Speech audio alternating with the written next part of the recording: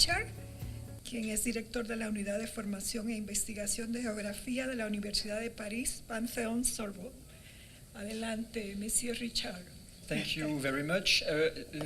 Disculpe, no hablo español. I apologize.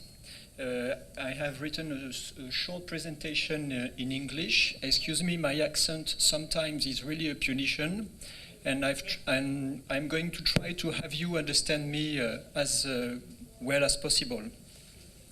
First, I won't give you many figures. I just want to remind you some important and simple facts regarding what happened during the 2010s and this situation connected with the massive inflows of not of migrants but of asylum seekers, who are a special type of migrants.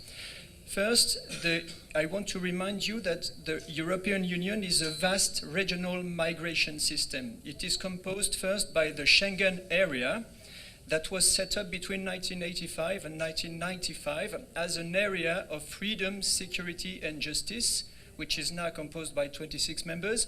And this area is included in the European treaties.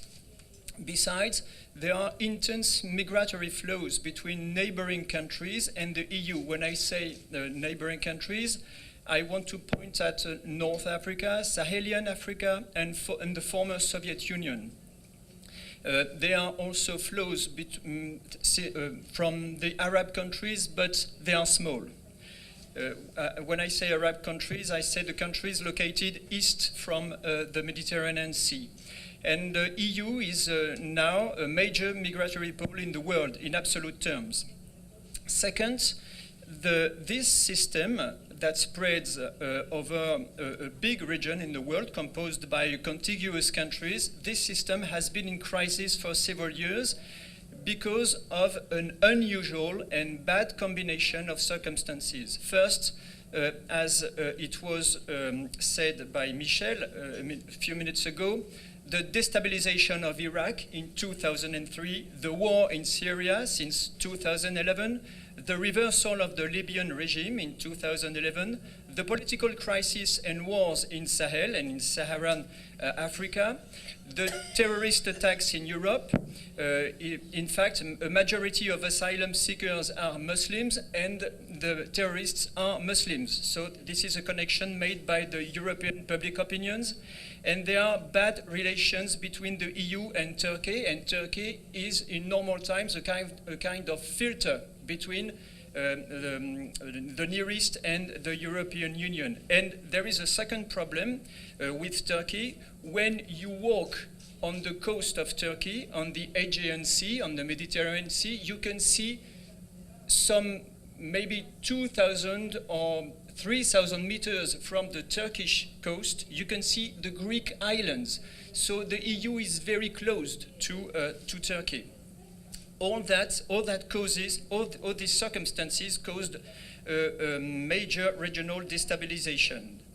Third, this situation, this combination of circumstances caused the crisis of the system that was put into place by the EU since the 1990s for the management of migration flows. The sudden and dramatic increase of migration flows in the EU was dramatic and to a certain extent explosive. In 2015, 1 million people, asylum seekers, arrived on the Schengen territory, majorly due to the war in Iraq and Syria. Second, under normal circumstances, the Dublin system permits to manage the entry of asylum seekers into the Schengen area. It means that when you are an asylum seeker, when you enter the Schengen territory, you can ask for refugee status only in the country where you enter the Schengen area, and only in this country.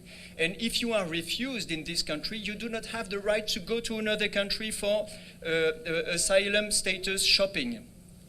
So this rule can be, of course, it is efficient. This system is efficient in normal times, but in unnormal times, in unusual times, when you see millions of asylum seekers coming to the EU, it is not possible to manage it. In 2015 and 2016, the weaknesses of the system, of the European system and of the Dublin system appeared, and Italy and Greece were alone at the doorstep of the European Union and were obliged to manage these unusually strong flows. And apparently they were not equipped to do it. This situation caused also, of course, a European political crisis and a kind of cacophony. First, it was a crisis of confidence between the European countries, especially against Greece and Italy, which were considered not able to manage these flows because of supposed insufficient administrative and financial capacities. Second, besides, many observers worried about the re-establishment of controls at internal borders inside the Schengen area. This was a major subject of concern for all the people that traditionally stand for regional integration in EU. Third, this was combined with a lack of solidarity and divisions and diplomatic tensions inside the EU. For example, the European Commission seeks to impose quotas of asylum seekers on each EU country from Greece and from Italy in order to help them. And France very much supports the European Commission, but refuses to take quotas of asylum seekers, of course. And Eastern European countries oppose it, refusing the redistribution of migrants within the EU. In fact, this crisis takes place at the worst moment ever in Europe because it adds to the question of populism, to Brexit, and to terrorist attacks, as I said in the introduction. Nevertheless, of course, the Schengen area is facing a crisis. Nevertheless, the EU is not inactive in the face of this situation. And I want to remind a couple of things. First, the Schengen area has not collapsed. It has not collapsed. It still exists. In fact, the restoration of border controls inside the inside the Schengen area is a provision already laid down in the European treaties. It is authorized.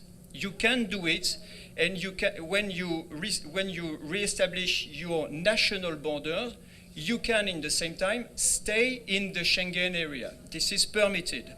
Second, the EU has put into place increased means of actions in the Mediterranean Sea and in several domains. For example, means of search and rescue in the Mediterranean Sea. Nevertheless, this sea is a place where thousands of refugees and migrants die every year. Nevertheless, the means are growing, and there are also means of fight against criminal networks, and especially military means. EU collaborates also with countries of origins and transit in Africa in order to reduce the flow of transit through the Sahara. And the result is not that significant, in fact. Fourth, this is more important, EU is outsourcing the management of migration flows in neighbor countries. It has signed an agreement with Turkey so that Turkey retains the bulk of the asylum seekers who try to enter the EU, and it has signed a readmission agreement with several neighbor countries such as Ukraine, for example. EU gives also a support to Greece and Italy in order to set up hotspots to help them to better manage incoming migration flows and to filter, identify and register all the arrivals. At last, one observes the strengthening of European coordination in several areas. I give you just one example. The growing coordinated management of external borders with the implementation and the creation of the European Border and Coast Guard Agency that was put into place in 2016. It replaces the prior Frontex. Last information, this adds up to prior initiatives. First, since the 1990s, a growing centralization of information on the movement of people and materials connected with the Schengen info system, and dramatic militarization of the Mediterranean Sea with naval means. The consequences are already visible, unless the results are very unequal according to the domains considered, but there are already visible consequences. First, an increase in the rate of return of irregular migrants to their country of origin, and a dramatic decrease of flows since 2017 from EU to countries of origins. I want to give just some conclusions with five remarks. First, the international migration flows are inherently transnational, and they usually spread on groups of contiguous countries in large regional systems. At the global level, the migration flows are more intense between neighbor countries than on the long distance. So the international migrations are very much regionalized. Consequently, the only way to manage them efficiently is the coordination of states at the regional level. But it's more easy to say it than to do it, of course, because of political reasons that were reminded by Michel.